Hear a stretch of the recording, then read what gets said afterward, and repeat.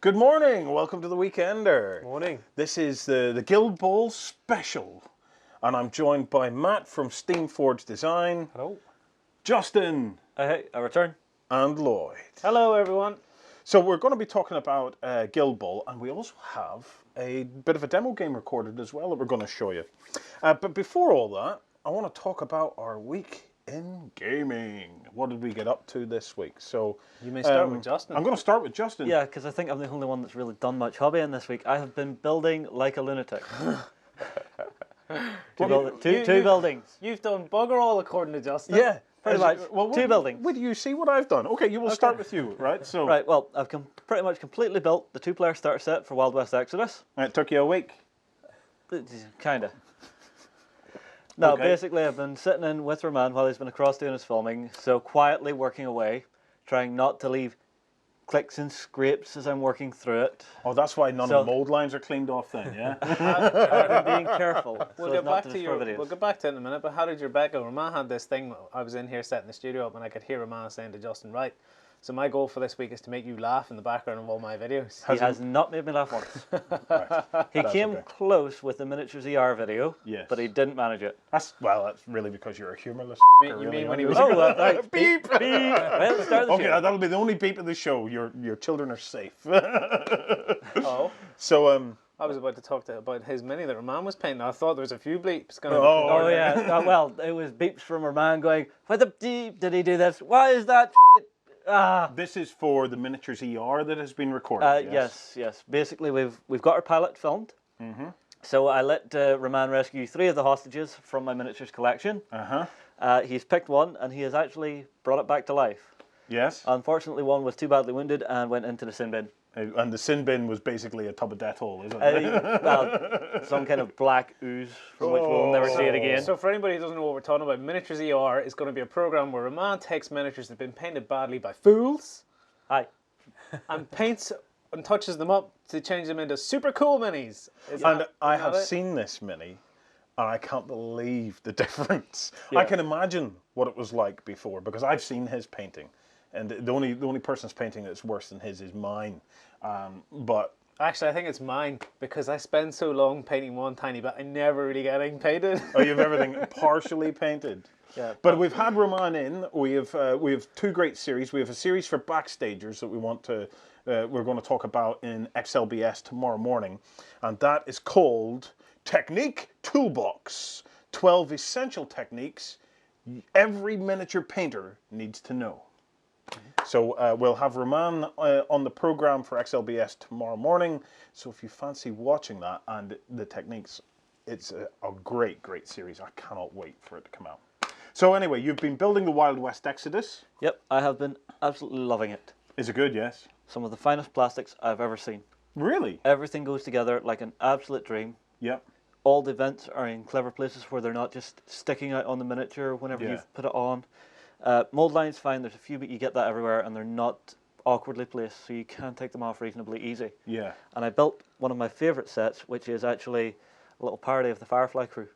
Ah. Yes, the, what's the name of them? The something 8.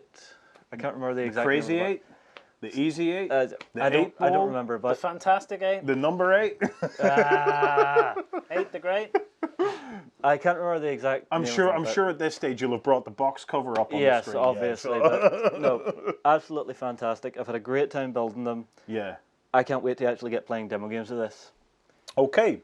What about the little treads? Because I noticed when I was looking at them, little treads under their feet. Did many of them still... yeah, I thought they've that was a great little detail. You know, on the You back see, of a some shoe, of them- just treads. It's one thing I noticed. There's very little customizability, but the upshot of that is it's each and every one is individually posed in the set. Yeah. So all your grunts have an individual pose. So instead of trying to take a modular system and change the poses about yourself, it's already done for you. Now, when you Which I say like. there's very little posability, all the grunts and stuff, they are made in hard plastic. So if you want to cut and shape these guys, you can do that to your heart's content. What you're can talking try. about is that What arms I'm talking about is the are actual locked into arms and place. stuff are Yeah. all socketed and designed to go in a specific way. It's all numbered and lettered on the sprues. Yeah. So there are specific components for specific guys. So yes, some parts you could try and convert, but I wouldn't because it's already done and really done coolly. Well, the thing is, they're 30 35 mil, I think Something like that. the scale is of this. They're 35 mil. They're true scale, so they're not really heroic. Which means that if they're already posed in action shots, they're probably posed in the best poses they're likely to be. So if they'd came out with separate torsos and arms, you're always going to get this. You're spending your time here. trying to get the pose that they could have given you in the first place. Yeah, so you've already got the best pose. Well, then, like, pose one of the coolest little poses is for one of the lawman grunts. He's sitting cross-legged on the ground, the rifle up, just looking across. You know, so he's about yay tall, but it's just such a cool little pose. If you're, yay means this tall. Yeah. Yay tall and yawn length. Is that it? Aye. But we're back home in Ireland.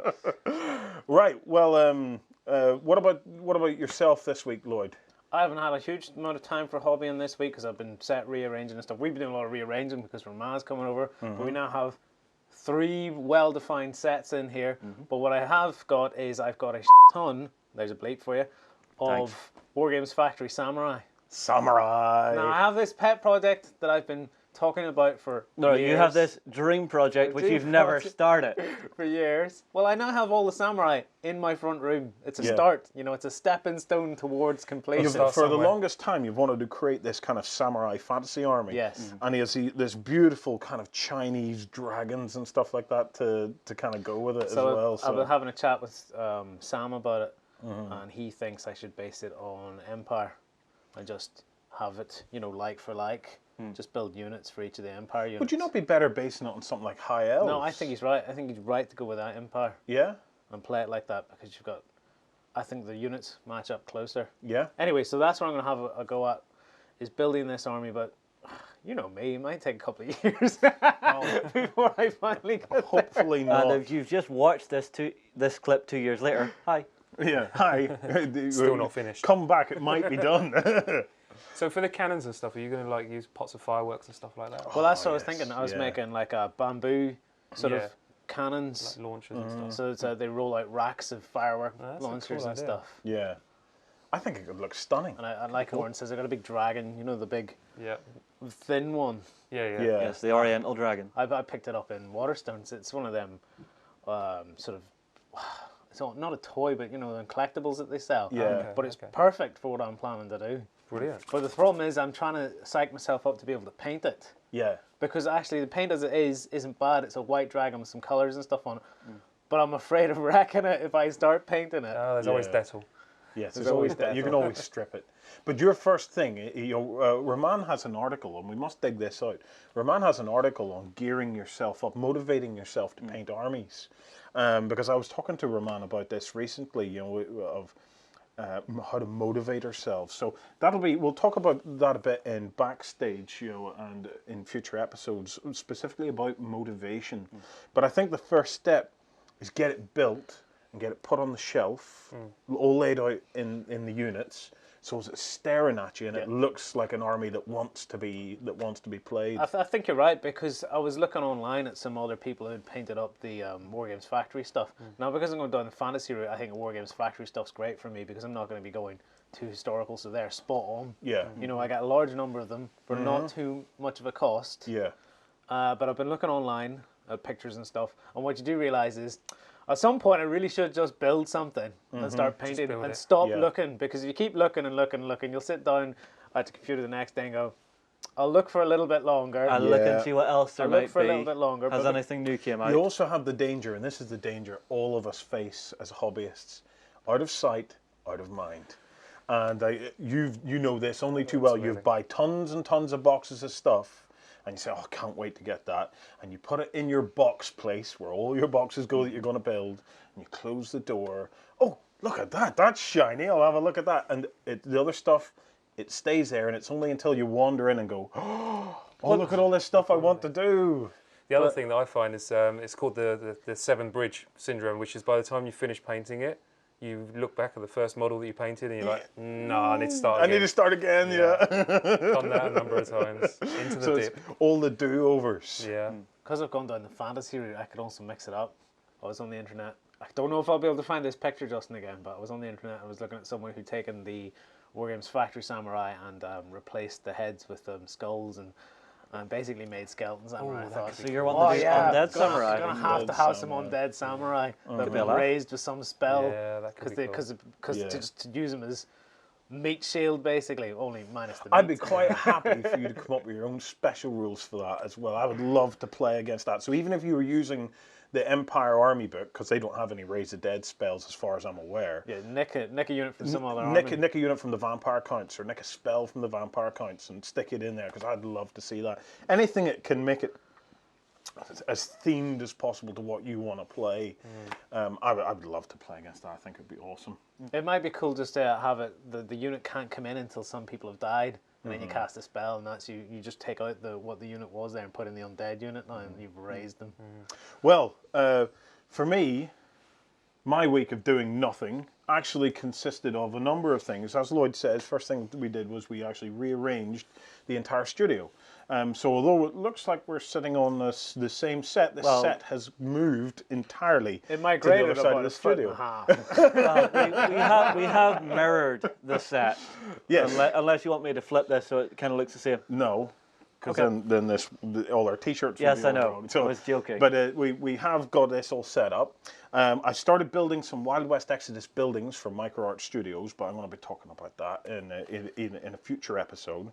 And I also started work on the Hobby Lab. So Hobby Lab actually goes into filming this coming week. Okay. So Monday, Tuesday of this coming week, the first episodes of Hobby Lab is going to be filmed. So if you've signed up for Backstage and are waiting for the Hobby Lab, it's not too far away, because we're actually getting stuck into that now. So I can't wait. I have a load of cool tutorials that I want to show you guys, and cool things that allow you to create awesome stuff.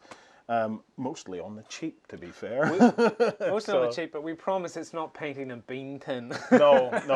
I haven't done anything with a bean tin yet, but I will. I'm looking at bean tins as well. So that's why those were in the boot this morning. Yeah, I don't know where it's going to go, but I've got a collection of toilet rolls that you can have. No, I'm not interested in toilet rolls, but bean tins. The other thing that I started was, so we did the winter board, and we'll be showing you some techniques from that. We did this terrain set here, we showed you how to create, or we're going to show you how to create all the fields and hedgerows and stuff like that we used on we used it for Flames of War. Yep. We scaled it up for bolt action. Yep. And then a week later, as if by magic, bang, we were able to create a Guild Ball pitch with it, and it's great. Also, I started work on our next board, which is our city board. Ooh. So I don't want to talk about it too much yet, because what I'm working on, I'm at that stage where I still don't know if it's going to work, and I may have to throw the whole lot in the bin and start again. But we're exploring some different kind of techniques and simple approaches to get fast results that look cool. But all of that stuff's always kind of risky, because whenever you start taking shortcuts and things like that there to try and get fast results, things can go wrong. So at this stage, I'm not exactly sure, but I will be updating you over the next week or two, either through Hobby Lab or through XLBS. So if you fancy joining our Backstage to come in and get on to Roman's 12 Essential Techniques and onto Hobby Lab, etc., come on over to www.beastsofwar.com and have a look at Backstage. It's our little monthly subscription that gets you access to extra content, and more importantly, keeps Beasts of War's lights burning, keeps a fire in our hearts. Well, it's going to be there anyway, isn't it? So. I have seen this board that he's building, the city board. I've helped with bits and pieces. My favourite bit was we're using the sanding belt again for the roads. Is when Warren noticed some dirt on one, he's like, "What is that?" and started going like this with his hand. Did you grind part of your hand And he's off? like, for a few seconds, and I was standing there going, "This is going to be interesting." Yeah, So just going, what's that? And I start going, and I go, that didn't work. So I lifted some paper and went, oh no, the paper just went all over the sandpaper. That didn't work either. So I then lifted some other sandpaper and went, no, that's not good either. So it's there's some strip things. and relay. What to remember is, if you use sandpaper for roads, is don't run your fingers on it. Yeah. Good one. And if you've painted models underneath, don't scrape them along it. Yeah, we've got to be careful with that. But there are things that we're doing to temper all that, because once you start to apply paint paint and dyes and things like that and I weather. think it into needs it quite a lot of all, paint. No, not really, not really. It all starts because it is quite coarse, but once you start applying all this stuff, it does start to smooth out a bit, and it starts to look a bit more tarmacy. What about you, Matt? I mean, you're up to your eyes in a Kickstarter. In a Kickstarter. I take it that doesn't leave you a lot of time to do anything hobbyish at the moment. No, it doesn't. I managed to squeeze a single hour of painting earlier in the week, and I painted a guild ball model. I painted a face for one of the resin masters that we'd got through from our printer, and I enjoyed myself thoroughly. But other than that, I've just been playing non-stop guild ball, writing art briefs, working with our sculptor to revise all the different character designs he's coming up with, talking with the community, sharing ideas, sharing progress. We try and be as open as we can. It's a real transparent operation, and our community is really active, get involved with everything we're doing, and we just share everything, good or bad. So for our viewers, right, let's start with what is Guild Ball? So Guild Ball there's a very long, wordy way of describing it. It's a tabletop war game that's based on medieval football, and it's skirmish size. Right. So it's a sports game. Basically, what you see here laid out is you have two goals, which in this case are like two trees. And you get these mad guilds of madmen, crazy, rah, and they're running around scoring goals by booting the ball off the tree and beating the crap out of each other in the process. And it's awesome. It's so awesome. And if you want to see a little bit of it, watch this. So Matt, you're going to take me through a demo of Guild Ball, so I'm going to get to grips with this game, okay? Absolutely. So we've, as any great game, we have a scenario for this one. So we have two teams. Who am I playing with? These are kind of like fishermen, yeah? That's the Fisherman Guild team, yep. They're led out by Shark, who's the captain. You've brought your big guy, who's a guy called Kraken. And you've got the hot girl, who's called Angel. Angel. And I reckon Angel's gonna be my champion in this one. And who have you brought along? So I brought the Butchers Guild with me, and this is essentially the matchup that started Guild Ball. Back in the history of Guild Ball, it all came about from a conflict between the Fisherman Guild and the Butchers Guild, and they settled it right here on the gaming pitch. So I've brought my captain, who's Ox. He's got his trusty sidekick Brisket, and I brought my big guy, who's Boar, and he is an absolute beast. Now we're playing with standees. These standees and the rules are available as a free download, so anybody who wants to play Guild Ball can just go and do it for free if they want. Right now, yeah, and I urge people to do that. We stand by our rules. We want people to try our game. The rules are free to play now, and they'll be free to play forever. Awesome. Right, so here's the scenario, okay? These guys are from the village of Castle Rock. Some of you guys will recognise that. And the Butchers are from the village of Articlave. Yay. And what they do is every year they get together for the Castle Clave May Fair, where they have a game of Guild Ball for an for a hog roast and some beer. And the winner has to supply the loser has to supply the hog roast. The winner supplies the empty bellies. So let's kick off then. So first things first is how do we get started? So the very first thing we need to do is determine who's actually going to kick the ball off. Okay. And then that's a simple initiative roll, which is always a d6. Okay. So we roll that. I got a 3. I got a 6. So you get to choose whether you kick or receive the ball. I'm going to receive the ball. Okay, so that means that I get to deploy first. And it's played on a 3x3 board. Okay, so we have a 3x3 playing surface. And the trees are actually our goals. So they're kind of like a 50mm base straight up. And you score by bouncing the ball off the tree. Absolutely. Okay. And what we've allowed is the goals can be any shape or form. So in our kind of more rural setting, they're just a couple of trees that happen to be the right distance apart. And you can see the villagers have marked off this wonderful area to kind of play the game in. Whereas if you play in a more kind of orchestrated league match, they might be big guild signs like ornate cast iron lampposts with all the guild paraphernalia hanging off of them. So they can and you can even play want. this game in back streets as well, where you've got terrain of buildings and stuff like that. The game it plays with on any terrain. We have fully integrated terrain rules. The ball interacts with the terrain, and the terrain affects the way the game plays. So cool. Yeah. So we're just going to play in an open field because it makes life a little bit easier to start off with. So I am going to deploy. So it's a 10-inch deployment, and I'm going to go with a fairly standard kind of deployment, just so I can see where you go. And I'm going to let her kick the ball off. So you get to deploy now. Okay, so I will deploy. I will borrow your tape measure there. So it's 12 inches. 10 inches. 10 inches is the deployment. Okay, so I'm going to deploy my big guy here in the middle, and my angel and shark to the two flanks. Yep.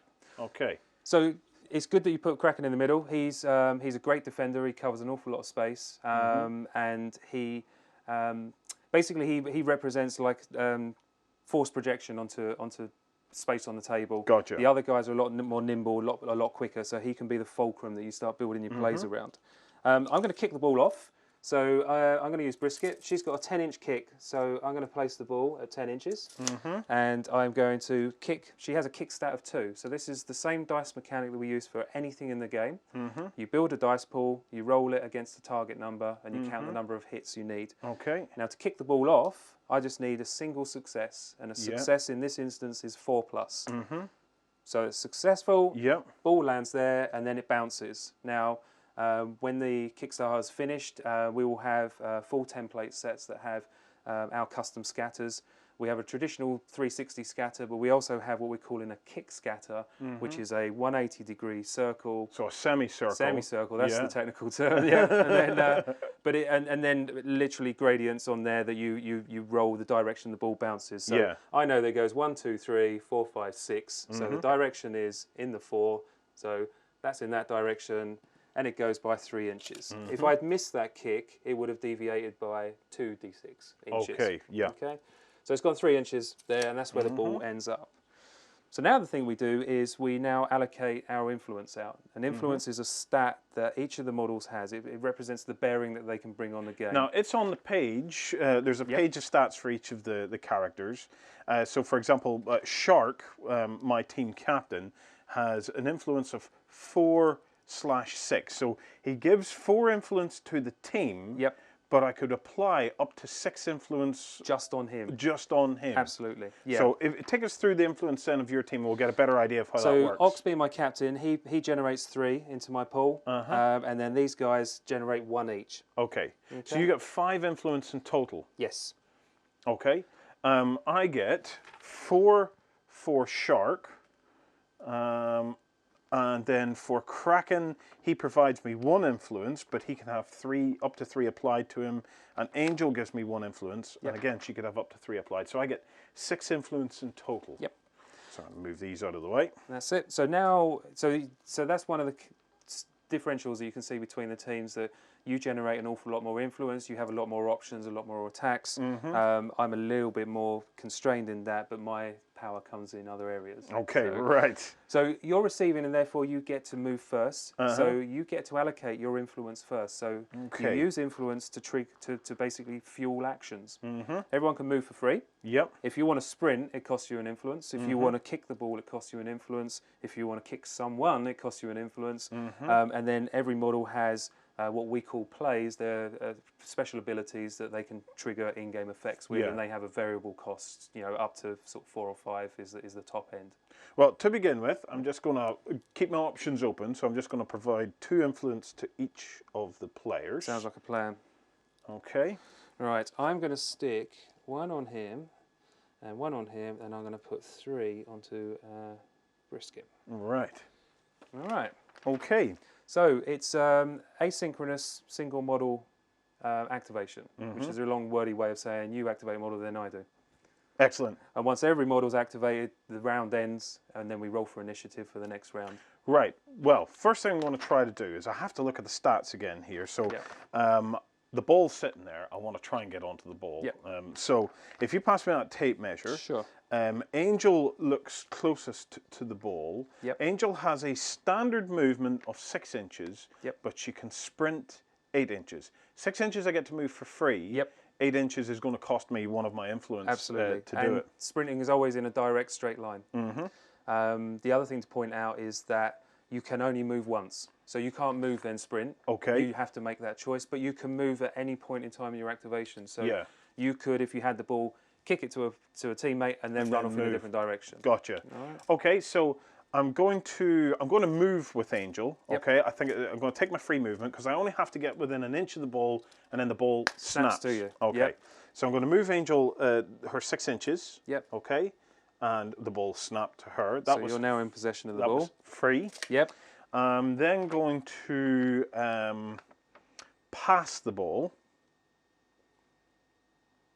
Yes, I'm going to pass the ball. Cool. So to pass the ball, So the first thing you do is you work out who you're going to pass it to. I'm going to pass to my mate Shark. Cool. You pay 1 influence to make the pass attempt. Okay. You place the ball where you want it to land. And there's a maximum distance the ball can go. Yeah. So you place the ball and then you measure the distance. Okay. So I want the ball to go there. Cool. Now measure the distance. Make sure it's in range. It is 8 inches, and she has a kick of 8 inches. So fantastic. So then look at her other part of the kick stat, which is the number of dice she gets to roll. And she gets to roll 5 dice for a kick. She's pretty decent at kicking. So all I need is just a single success. Just a single success. We want people to pass the ball in this game. It's fun to move the ball about, and people should. Yeah, this is a great way of dominating the space. I got 3 successes. Easy. So that's not a problem. You also generate a momentum. So a momentum is an in-game resource that we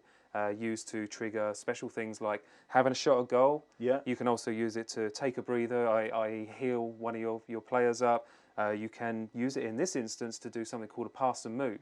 So you can get that momentum. You can immediately spend it to move Shark as an out-turn movement. So he gets to move, and then when he comes to activate, he's just in a different position. So you can get these wondrous flowing moves that go across the field. Well, on this dice here, I've marked my, what's this called? That's a momentum. Momentum, okay. Yep. I've gained momentum, but you know what? I am going to spend it. I'm going to spend it straight away, actually. Too right and all. So I'm going to do my move. Now, Shark has a standard move of 7 inches. He can't sprint or anything, and all he can do is a standard move. Not as part of a pass and move, no. Okay, I'm going to do a Manchester United thing here, and I'm going to start to spread the play a little bit. So I'm going to move him 7 inches, just up to his full move, like that.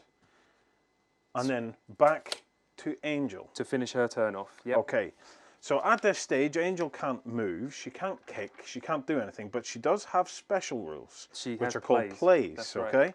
So I have the super shot. This model gains +1 / +2 inch kick. I don't think I'm going to have anything.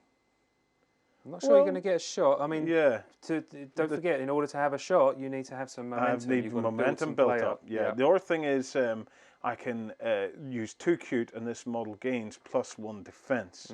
Well, because I'm feeling, I'm going to use super shot because it not only applies. It gives me +2 inches to a normal kick. Would that also apply to a pass? Absolutely. Yeah. So I'm going to put that onto Shark. Okay. You do need to check the range on that because that. Oh, I could be out of range. You spread in the play. You see, sort of range S. Oh, so range S is a self only, so she can only put she can only put it on herself. Yeah. Right. Well, then in that case, then she's going to put +1 defense on herself. That makes sense. Then spent. Okay. Cool. All right. If I can grab the tape measure, then what I'm going to start thinking about in this early part of the game is starting to defend this little bit of space here because I'm worried about what the damage Shark can do. He's got a ferocious kick, so I'm going to try and dominate this area here with Boar, and I'm going to push him in a sprint to there. Okay, and that's him done. Okay, so back over to myself now. So I'm now on to Shark. So Shark can move 7 inches or sprint 7 inches. Yeah.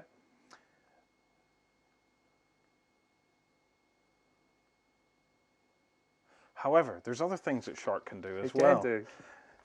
Shark can do like a charge, can't he? A charge or an attack. Yeah. Yeah, he can charge and attack someone.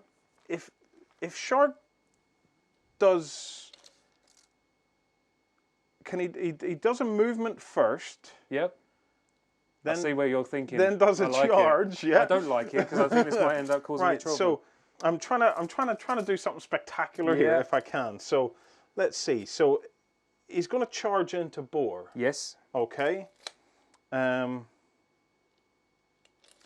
is he? I've got a sneaking feeling you haven't got enough influence. No, I there. don't have enough influence to do this. And this is the dilemma with the influence is Yeah. there's never enough to do everything you want to do. Yeah. And sometimes because you have to change your plan, you have to react. Well, to give you an idea of what I was going to try, if Yep. I was able to charge him, Yep. it would have cost me 2 influence. If I was successful on the charge and done enough attacks, I got onto the playbook. And then the playbook allows me to do some wondrous stuff. Yep. And if I'd got enough attacks in the playbook, which I probably would have got with Shark because he's pretty mean on the attack, Yep. There's a chance I could have bounced off.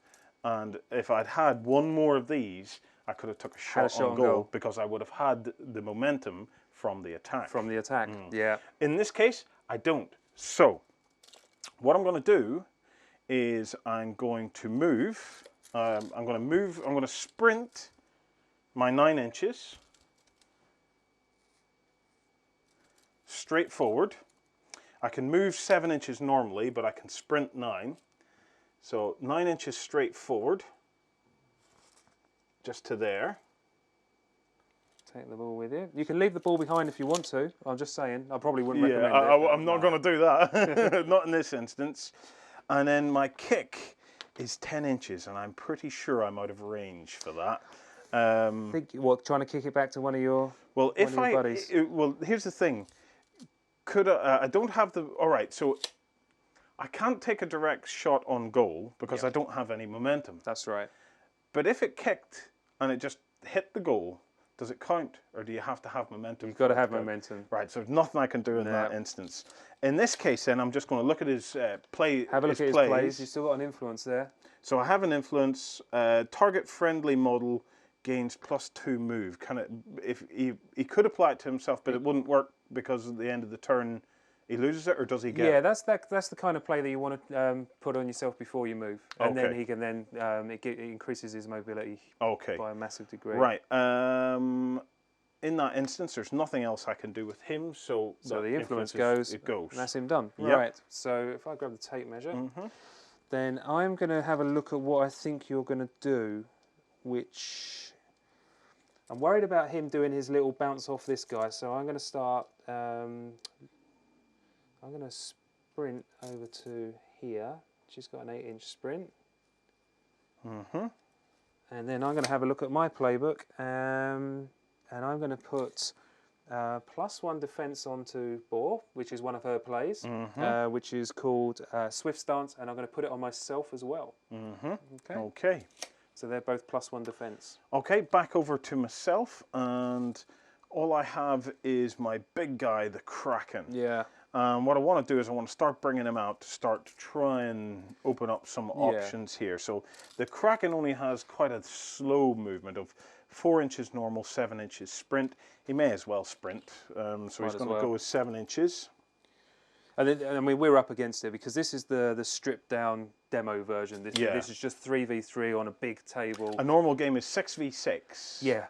But it has scaled up to 11. We've played 11v11, and that's, it takes a lot longer. It's a lot more fun. Well, it's not a lot more fun. It's just a very different game. It's a bit like scaling from, like Necromunda through to 40k through to Armageddon. So it's that kind of sense of scale. But. Okay, right. That's him done. I just want to check. He had 1 point left. I just want to check his buffs. He doesn't have enough to do it. So that's it. His influence is spent. Cool. As well. If I can grab the tape measure from you, then I can move. Ox. So I now think one of your best options is going to be trying to flick the ball over to Angel. So I'm going to look to sprint over there and try and put a little bit of pressure on you, like that. Okay. All right. So this early part of the game is all about positioning. It's all about trying to control the space. And then I think if we get to the point where someone scores, you can see how the game then suddenly starts accelerating into the end game. Okay, so that's that. We roll for initiative again. Now, neither of us gained any momentum during that. No, so ordinarily if we'd built momentum up, that would add to our initiative roll. So there's that dilemma. Do I spend the momentum in my turn, or do I hoard it to give me an advantage going into the next turn? Okay, so it's just a straight D6. Straight dice roll. Ooh, it's your choice. Right. I'm going to go first. Okay. Okay. So you allocate your influence first, so I get to see what your game plan is and try and allocate mine to counter your plan. Yep. And so there's an interesting kind of meta game here where you're trying to bluff and counter bluff. It's like, I'm putting 2 there, but look at this over here. Let's see. I'm trying to work through the actions in my head now Yeah. to try and understand what I could potentially do. So, because if you don't work it out, you could end up wasting influence, Yes. and that's And it's a precious resource. Like Yeah. an awful lot of games that have like you know, an activation superiority is, you know, Yeah. so like a game like Malifaux where you know, activations are key. If you can force an opponent to waste an activation, it gives you a huge advantage for that Yeah. particular turn. So same thing with influence. If I can force you somehow to waste some of your influence or make you misspend it, then that gives me an advantage. Okay, so I'm going to put 4 influence Oh, on Shark, and I'm going to put 2 influence on Angel. okay. Okay. Right, I'm going to stick 1 on Boar. Mm-hmm. I'm going to stick 1 on Ox. I think I might. I'm pretty sure I know what you're going to do there. So I'm going to stick another 2 on him and 1 on her. There we go. Okay, right. My go. Yes. Right. First thing I'm going to do is I'm going to charge Shark into Boar. Okay. Okay. Sounds like a plan. I don't know why I'm doing it, but it feels right. Now, the buff that he got in the previous round of the plus to defense, has that carried into this round, or? Doesn't. At the beginning of each full round, there's a maintenance phase and all the buffs are cleared. So again, there's a timing to when you put the buffs out. So you want your buffers and debuffers to act early in the turn, and then you want your DPS Now, style. You might be wondering, I'm trying to talk you through my thoughts here, right? I get 7 dice on my tack score. So whenever I'm doing something tactical like an attack or whatever, I get to roll 7 dice normally. Because I'm charging in, I get 2 more dice, That's so I right. get 9. Now he currently doesn't have any momentum.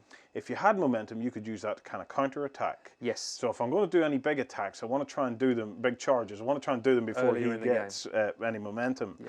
The other thing is my attacks on Boar hit on a 2+ because he's a big Easy to punch up. easy guy, but my attacks on Brisket would be a 4+. They would be a 4+, but also the other thing to bear in mind with Brisket is she actually is able to do an evasive maneuver, so she can dodge out of the way of you trying to attack her. She's a crowd favourite. The ability is called Look Out, so it's basically the crowd going, look out! You know, they don't want to see Brisket getting hurt. So my concern here is that I'd go into Brisket, but I wouldn't get it. It's not going to be as easy a thing to build up momentum on as it would from hitting Boar. That's right. But the dilemma that you have is Boar takes me further away. He's further away from the goal. Yes. So, however, the other side of this is I don't necessarily have to have my momentum charged up by Shark. I could have my momentum charged up by Angel. Yep. But she's not as strong as Shark. And the longer I leave it, the more likely Shark is to get. I'm going to go and tackle it. Is to get punched. Yeah. So. Yes. So. So there's that order of activation. That's for me. I find that incredibly fun when I play that in games where you're just trying to work out how to piece it through. This is it, and this is where the strategy of this game really starts to come in, because if it was as straightforward as just running up and scoring a goal, we could have done it already. Wouldn't be any fun. So it's to try and work through this. So let's see what happens, will we? Go for it. So I'm going to charge in. That's going to cost me 2 influence to do it. So I'm charging into Boar. I'm well within range to do that. Bundles, yeah. So I'm charging into the back of him there, like that. Yep. I'm then going to put my 7 attacks, which is my standard, so 5, 6, 7. The thing to bear in mind is I wouldn't put him in base to base because I think I know what you're going to do, and you want to leave yourself just out. So when you do dodge out, you don't stay within his melee range. Right. Otherwise, you could have ended up in a sticky situation. Right. So 7 normal plus another 2 for charging. That gives me my 9 dice. Yep. So then you ask me my defense and armor, which is 2+, and he has no armor. Right. If he had armor, then they would just deduct from your successes. From my successes. He's got no armor, so everything that's a 2 or more is a hit. 2 pluses here. So. Okay. So 8 hits. 8. So if you look at the playbook is made up of 8 columns, and essentially every hit that you generate opens access to an additional column. Yes. And each additional column, as they escalate up, get better and better in terms of the results that you can choose from. But you can only choose one result. So across the entirety of the 8 columns that you've unlocked, you pick the one result that you want at that moment in time. Okay. So.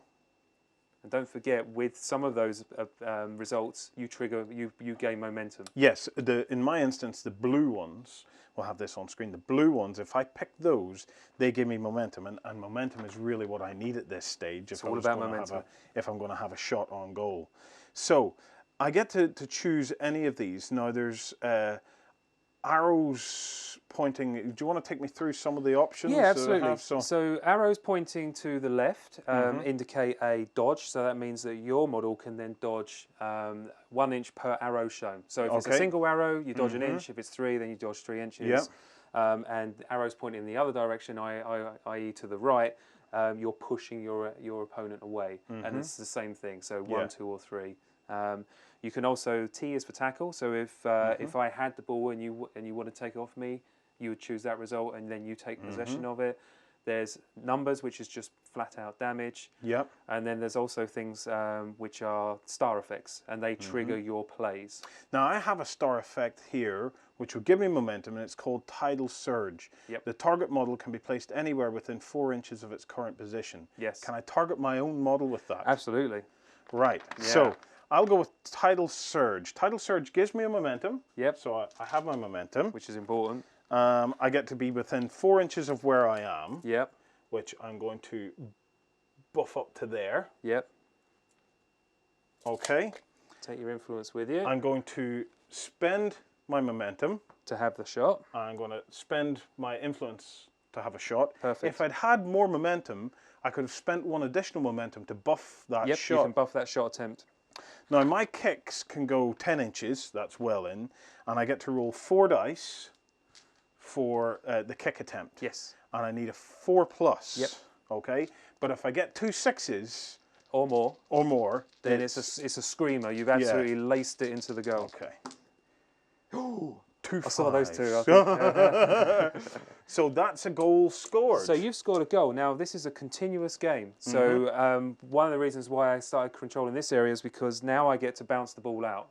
So I get to bounce the ball out up to 18 inches. That I know is well within 18 inches. And I just need to roll to see whether the ball's going to end up there or not. So the goal effectively has a kickstart of 3. So I roll 3 dice. I get my 4+. Yep. The ball lands there and basically snaps into Ox, and he's now in possession of the ball. Now, the fact that I had leftover influence on him, is he able to continue He can now to do carry something? on doing. Yep, he can now carry on. Activating. So what I want to have a look at is his plays. And there's nobody within 8 inches range of him, unfortunately. So there's not a lot he could do. I have one option, basically, was quick foot, target-friendly model gains +2 movement. But there's nobody I can apply it to, unfortunately, so that comes off. Cool. All right. So it's my turn to have a quick crack at you, if I can grab the tape measure off you. So in a full game, Shark feels like really dominant. Yeah. But the thing to bear in mind with the balance for this is when Shark goes, the fishermen really lose their way. He brings 5 influence or 4 or 5 influence to the table. So ordinarily, because I'm looking at this, full game, he is by far my star player in this. You know, he's bringing 4 influence. His tack is 7. Yep. You know, he is a star player. Got a kick of 10 inches. He can lace it in from all over the place. But he doesn't have an awful lot of hit points. No. So he's fragile-ish. So if we, I mean, this is a ferocious game, but I think I'm going to try and score. But I could turn on him and basically rinse him out. And if you did that, then that would be the game over for me. He'd be taken out. I could mop you up at my leisure then. So I'm not going to do that. I think what I'm going to do is I'm going to activate Boar. Yeah. And I am going to charge Angel. Boar has a special trait, so all characters have different traits that signify their personality and the role that they play on the tabletop, and that means he can charge for free. I also know I've got a 2-inch reach, so I'm going to charge to here and leave myself within 2 inches. Yep. But this is where this game's hugely about position. I'm also protecting you trying to get Kraken across to him, so I'm thinking on multiple vectors here as to where I'm putting this player. So he's charged her. Let's see what he can do to her. Yep. He's got attack stat of 9. He is an absolute beast. Oh. And because he charged, he gets +2. So I've got 11 dice. Right, okay. So you have 11 dice. Yep. My defense for Angel is 4, so you need 4 pluses, but I have no armor. Brilliant. No, that's a terrible roll. Okay, no, I'll take that. That's 6. I have to take it. That's what I rolled. So I'm going to have a look at my playbook. So 6, I can actually, you've got no momentum. So I'm going to knock you down. Okay. All right, which generates some momentum for me. Yep. Which is great. And because I didn't damage you, I just knocked you down. I don't trigger Berserk, but I can spend this to attack you while you're lying on the floor. So my attack of 9. So you just get your standard 9 dice this time. But you're knocked down, so I still get +2. Oh, heavy stuff. Right, so now, okay. Now I can start putting some hurt onto you. So 4 pluses. So I've got 5 hits this time. Yeah. I'm going to do 3 points of damage and generate a momentum. Okay. And at this point, I'd be marking 3 points of damage off on the little score sheet here. And in the final game, these will be printed off on business card size cards, so they're quite small and discreet. So you can have them stacked up Absolutely. at the back. Yep. And they'll be in like an erase surface, so you can just mark them out. So you got 3 points of damage. I'm going to hit you again because I now trigger Berserk. Now I've done damage to you, he's gone nuts, and now he's stabbing you on the floor. And how many does he hit me with this time? Same 11 again. Yeah, same again, because you're still knocked down. So yeah, he can. This is where the butchers come into play. Yeah. So I've got that's a lot of damage. 7 hits. 7 hits this time. 7 hits. So I can push you away. I don't want to do that. I'm just going to stick to doing another 3 points of damage and get in another momentum. Look at this. The butchers That's a lot of momentum. So the momentum represents the crowds just screaming as like cool now, things Angel are happening. has 10 points of damage in total, so that's her half. So you only got 4 left now. You can also see why. I'm starting to understand is why Shark might be so vulnerable, because if Boar hit him, and continued bashing at him, 2 turns he could kill him. Yeah, pretty much. So it might appear that Shark, wow, how does Shark ever lose? Well, you'll get 1 goal and then he'll be dead, and then you won't get any more goals. Okay, I've got to be careful. Although there's other people on the Fisherman team like Grayscales, who is a wily old Guild Ball player, and he's very nimble, very hard to lock down. So it's when you start building these support synergies up, these little triangles that you want to put your models into, the shapes that you need to start placing them in, how you control the space.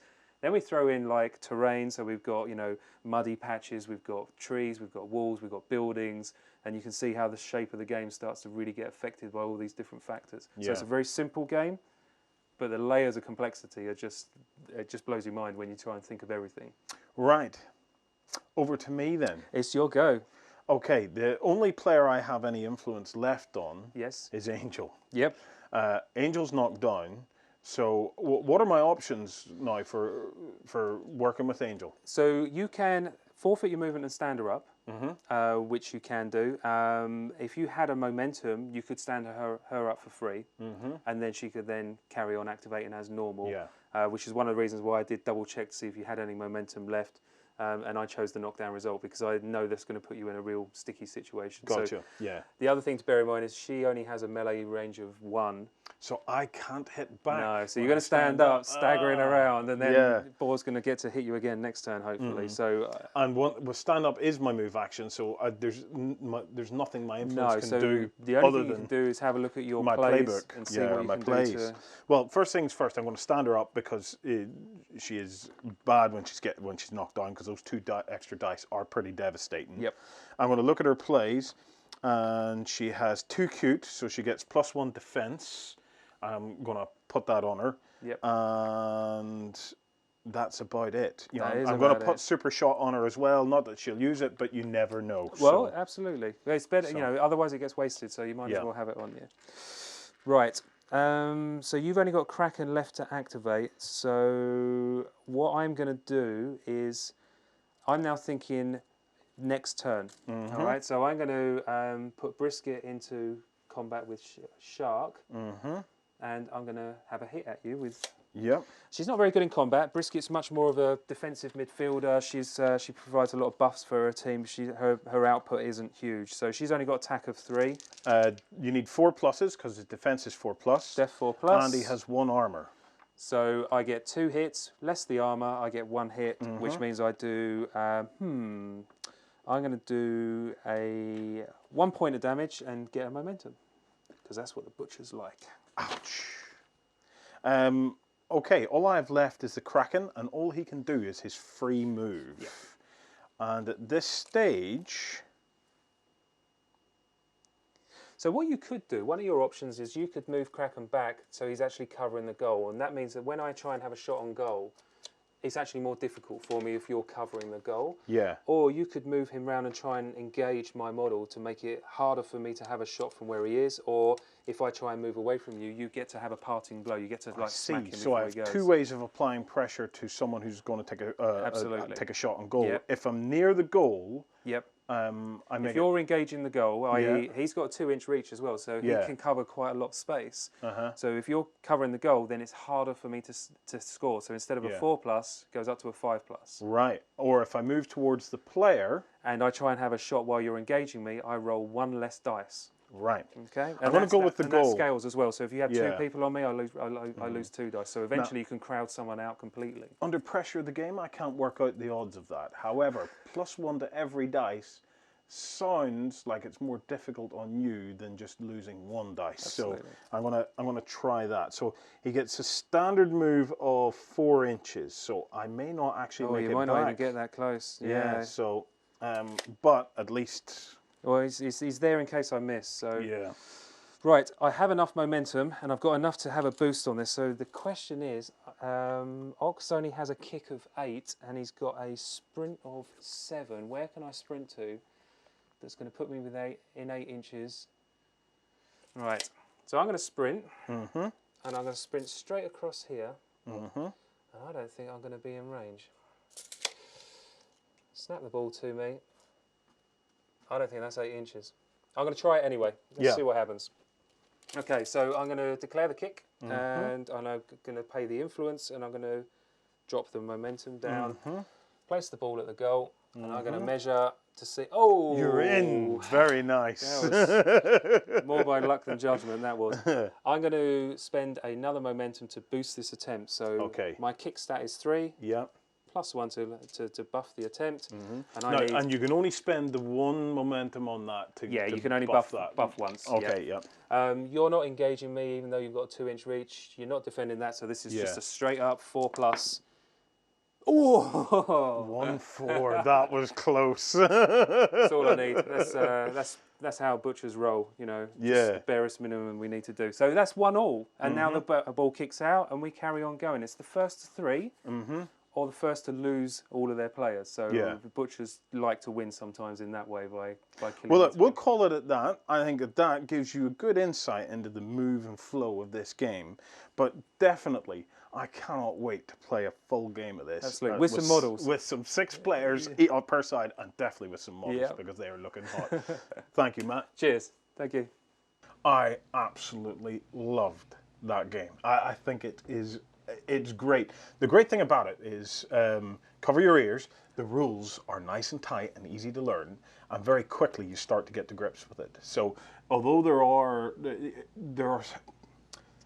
are layers, okay, but you don't need all those layers to play the game to begin with. So you start to get to grips with the game quite quickly. But then there's so much more you can explore So it's start an adding expandable depth to it. Yes, yeah. There are some games out there from time to time where you either know all of it or you know none of it. And that kind of game frustrates me. I like a game where I can start to scratch the surface, then get a little bit deeper, and then get a little bit deeper, and then my tactics and strategies and things start to build as I start to grow into the game. What about the movement? Did you enjoy the movement? Because this game takes a bloody sports game off the grid. Yes, well, most sports games, or like board games, are played on tiles. I loved that this isn't, because it felt so much more. It felt like so much more freedom. you know, of the characters moving and sweeping around, and with things like the, you know, the what is it? The motivation is it, or what is Momentum. it? Momentum. Yeah. Things like momentum, giving players that you pass the ball to the likes of a free move. You find very quickly your the plays and the movement all starts to build up. What you're I able really to liked do it. is you build by taking it off of a board or off of a hex or a grid. Yeah. You just increase the fidelity of movement that's available to you. So every time you increase the fidelity of choice, it becomes more choice. I mean, it's you know, it's a moronic statement almost, but the game just allows you that much more flexibility. And as wargamers, we're as fast moving a model 6 inches with a tape measure as we are counting out 6 Yeah. squares. I'd actually argue I'm faster with a tape measure than I am counting out 6 squares You know, when I'm playing another game. If you've come to BC4 from the likes of Geek and Sundry and playing board games, do not fear the tape measure. You know, it's give this a go, because this game is free to download. You get these standees that you can cut out and play. Watch the demo that we've had. Watch it back a couple of times. You'll get the basics of this game, you know, from that 30 minutes or so of watching that. I liked it both ways. I mean, I like the likes of Dreadball on their hexagon grid, and I like this without the grid, because recently I've been, you know, either watching or playing games that are on grids and off grids at the same time, and I think just the variety is nice. You know, variety is the spice of life, and that's great. The beauty of it is when a game starts to capitalize. You know, you can get games that are based on a grid and they never really capitalize on the fact that they're on a grid. This game capitalizes on the fact that it isn't on a grid. So although we played just using the two trees on an empty pitch, you could have had other trees and stuff in there that you had to move around. There are people playing on kind of back streets, so they're playing in 3 dimensions. You guys are exploring the rules for 3-dimensional play and stuff at the moment. So you could be running up stairs, running along a gangway with the ball, and then chip the ball down. There's all sorts of stuff that can all And if start you throw to in on top of that a system, I'm calling a dynamic weather system, so the weather that's affecting the game isn't a static variable, it changes as the game goes on in a predictable way. So, you know, imagine that you derive that it's raining, so like torrential downpour, and we on turn 1 we deploy like a puddle marker. Turn 2, then we work out how many more puddle markers that stretch out, and suddenly the middle of the field starts getting bogged down with these puddle markers. Then you've got to start taking into play the changing landscape as well.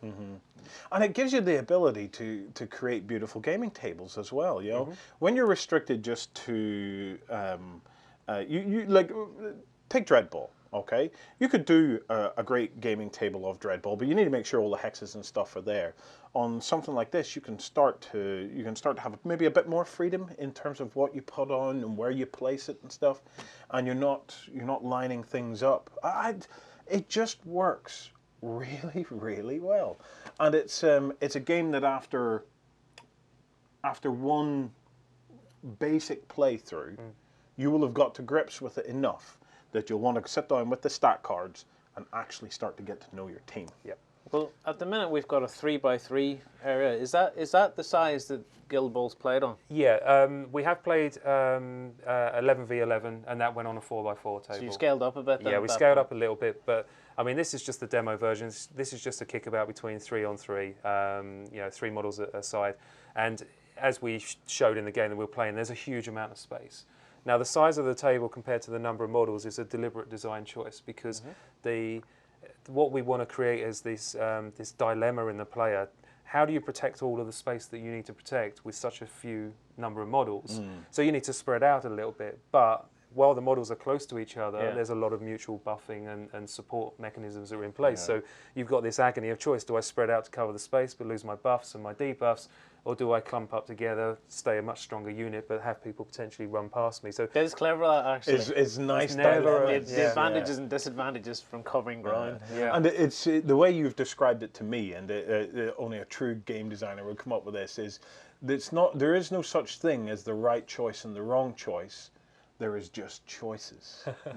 Did I say? I said that. Yeah, and that is exactly what is created in this game. Yeah. There is no right and wrong. There are just choices. Yeah. And then there's repercussions to those choices. Even and you things have to like deal with it. like the initiative roll. I mean, any number of other games you roll. If you win initiative, that's the good result, right? You get to go first. But actually, in Guild Ball, going first isn't always the most advantageous thing because as we saw in the game, the person who goes first puts their influence out first, effectively reveals what their intentions are for that turn, and then the player going second then gets to try and counteract that or counterplay that. So there's that real circular kind of decision making that you need to make.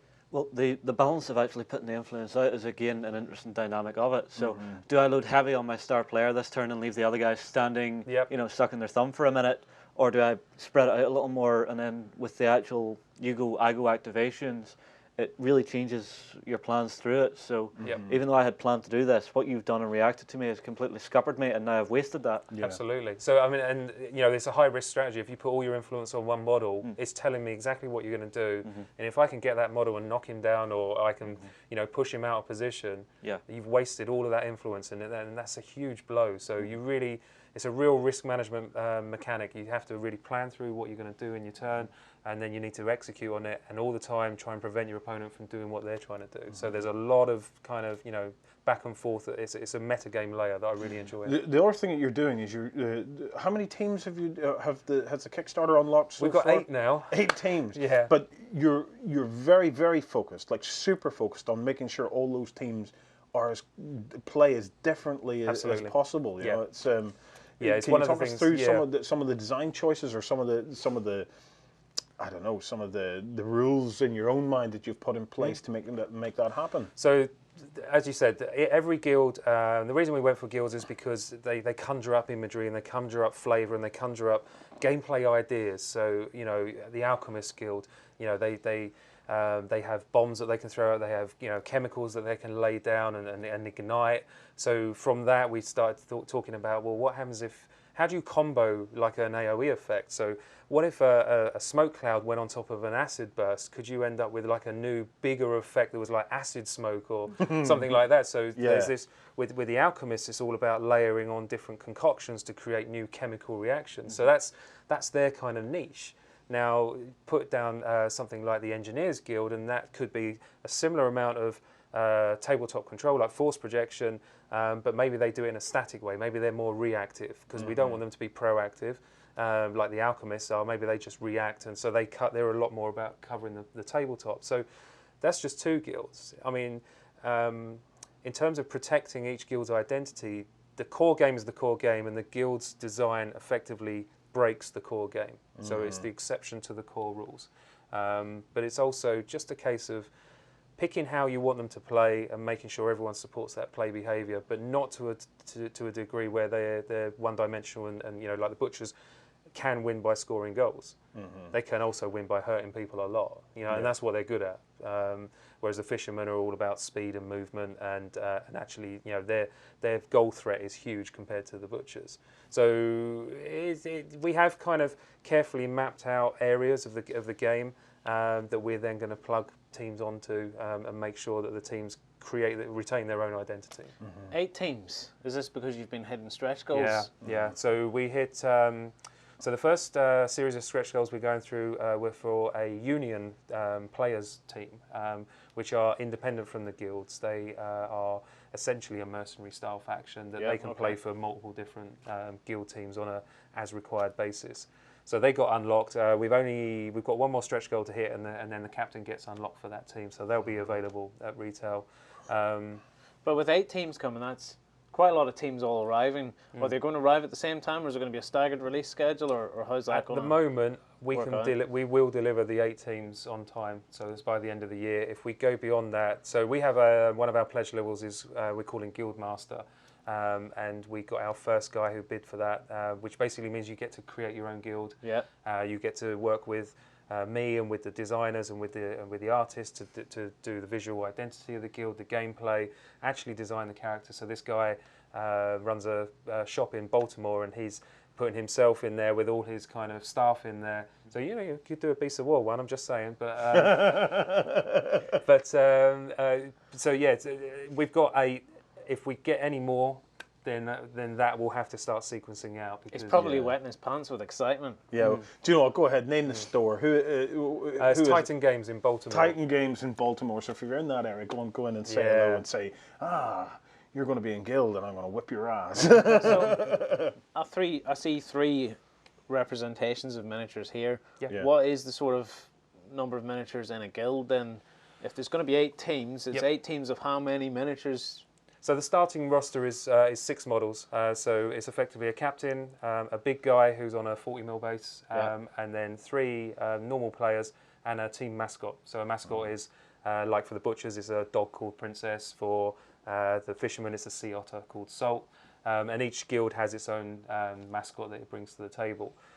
Beyond that, we're going to extend and have extended up to 8 models per team. So there is now a team roster choice that you need to make. So when you actually line up, you have to plug models in. You're on the side. You're on the bench. Yeah, you're not. Yeah. And ultimately, we're going to end up with around 10 to 12 models per guild as the depth of the roster. I couldn't resist. If I had 8 miniatures, I'd be standing at the side of the table. You ready to play, Lloyd? No, not yet. Ip, dip, dog. You are not it. You think so? I tell you what, I'm happy to play you. I'm going to go through my stat cards. This is the thing. So to build the team, to actually select the team, is very quick. There is no agony over points costs. You just put 5 dudes out and a mascot. Yeah. Okay. You could put if the roster was deep enough, you could put 5 big guys out if you wanted to. And the mechanism that we use to balance to that is what we call sponsorships. So the more powerful models have really expensive additional war gear that they can bring with these sponsorships, and the cheaper models or the models that are slightly below our standard power curve will actually have access to far more sponsorships that they can bring for a lower cost. So you can kind of normalize each model on the power curve so the game balances out. Cool. But what you can do is you sit down and you say, well, I'm playing the Morticians and I'm playing the Butchers. Well, I know this guy's great against Morticians, so I'm going to put him down. But who do I take out? Because I really need him to work with him, and she works with that guy, and I need that. Oh, okay. So I really want that kind of, again, agony of choice. Like, I want this guy, but I also want all of these guys as well. How do I deal with this? So. Now, there's a rich background being developed for this as well. You know, it's not a game in isolation. You're building an entire background around this that's growing. Can you tell us a bit about the background to Guild Ball? So the background, I mean, there's a long and potted history for Guild Ball that we've been building out. The snapshot is that it exists in a world where there was something that historians are called century wars, and it was basically just eternal wars between various city-states and territories around the world. Constantly fighting with each other, and war is a huge drain on resources, and the guilds went, enough is enough, and tried to sue for peace. No one wanted peace, so the guilds basically put these Machiavellian plots and used their cross-national influence to kind of pull these nations together and force a peace treaty and create this place that's called the Free Cities now, that they kind of work together.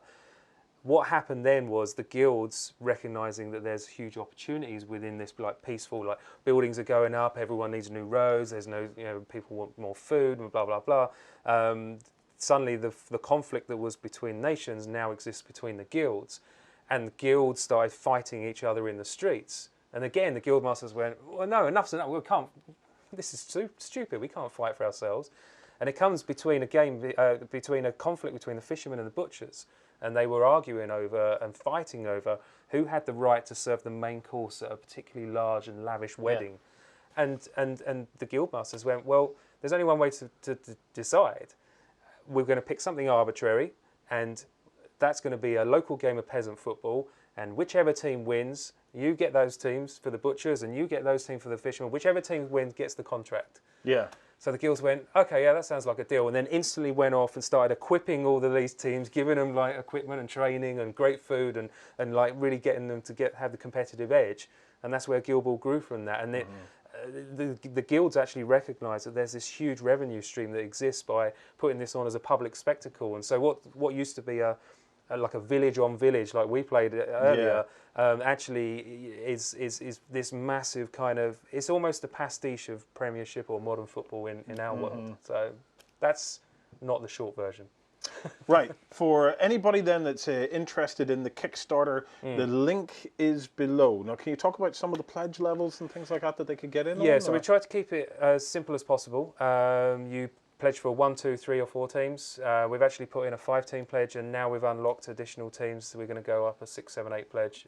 So people can basically pledge for as much as they want. There's a sliding scale of discount, so the more teams you pledge for, the better the discount we can offer you. Beyond that, there are character builder pledge levels, there are guild master levels, which allows you to design an entire team, but they are really, our top end pledges. And that's pretty much it. There's a couple of other options. You can upgrade to resin. Resin is only available during the Kickstarter. Yeah. Otherwise, the main production will be in metal, and our metals, we're incredibly proud of our metal miniatures. But if you want resin, the only place to get it is in Kickstarter. And also, if you want them to be painted by a professional painting studio, we've done a deal with Golem, who are doing our studio paint jobs. Yeah. And they've given us a really good deal on being able to supply teams fully painted as well. So that is another optional. I want to talk about the minis a little bit. Has anybody come at you with any really stupid or out there ideas of who they want their guild to be? Oh, I'll have a guild of nannies. Thank you very much. Well, I want a guild of Lloyds. The little bearded halflings. We'll have the Groundskeepers Guild. Hey, what's the halfling bit? What was amazing was like we stuck up on our Facebook page, like, just spin out your ideas for guilds. Yeah. And it just went, and it's just like literally dozens and dozens of ideas, and some were obviously way stronger than others, but every single one of them you could look at and think, oh yeah, that could really work. Work, so I think the most kooky one that someone said, well, what about lamplighters? And I'm thinking, or the Fire Breathers Guild.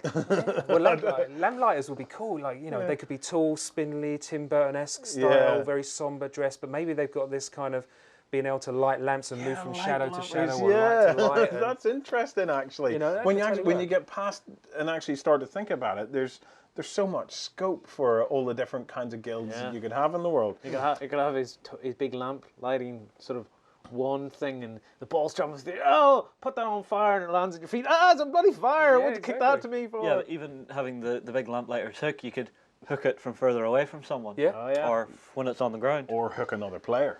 Or hook another player. This is the thing. So this is, it's something that's called silhouetting. It's basically creating a visual identity for the models and the teams that you create. Yeah. But the strength of the visual identity is such that we can just randomly come up with a guild, and instantly we're all getting ideas for how it could play and the kind of things that we could do with it and how it's going to look. There's a real resonance that's come out of this creation that we've been working on. So now you've actually started doing your test production runs now and getting your pipelines and stuff in place, and you have 2 minis with you today. We'll be getting some photographs of these up for you guys. So I'll start with it. This is a resin master of, now who's this guy? So that's Ox. He's the captain of the Butchers team. Yeah. And that's the Kickstarter exclusive pose. Yeah, it's beautiful. It's absolutely beautiful. What I love about it is I look at it and I immediately think I could paint that. It's got layered surfaces. It's very deliberate looking. Can you take us through, like, how did you go about even creating that? What are your thoughts when you approach miniature design? So you approach it from several angles. Silhouetting I've talked about. So you want a clear visual identity and you want a flavour.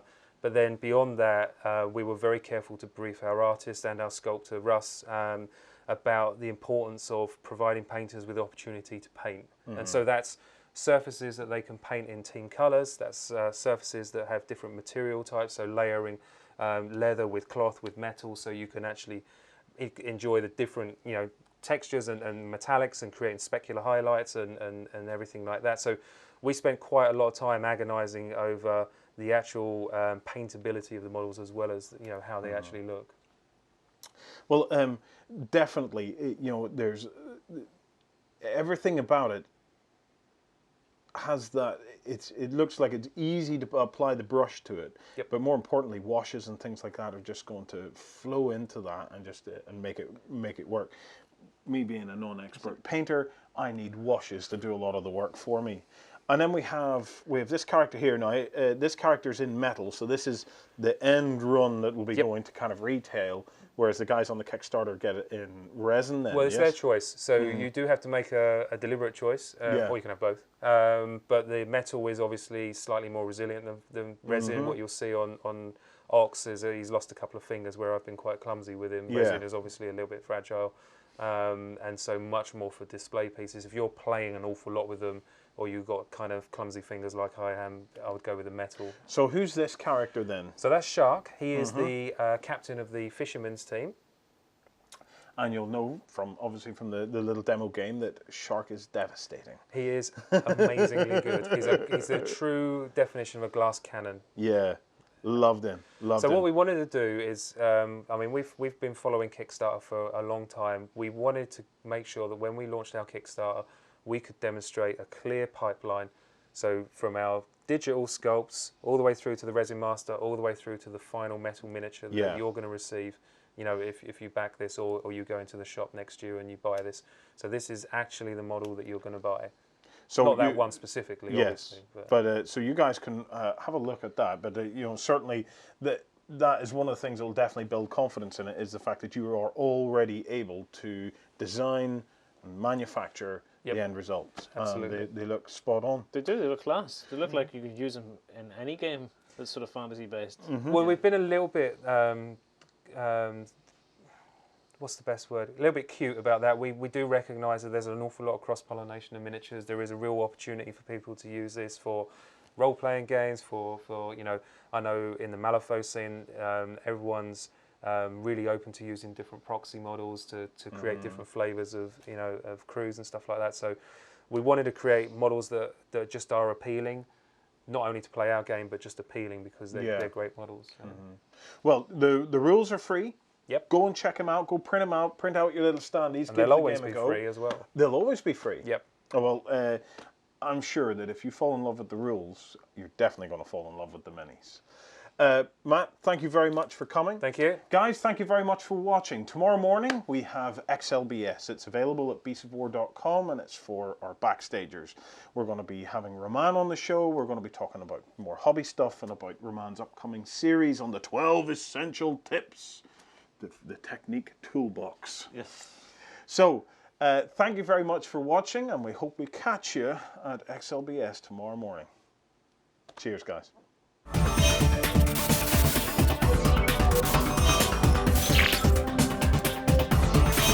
Good.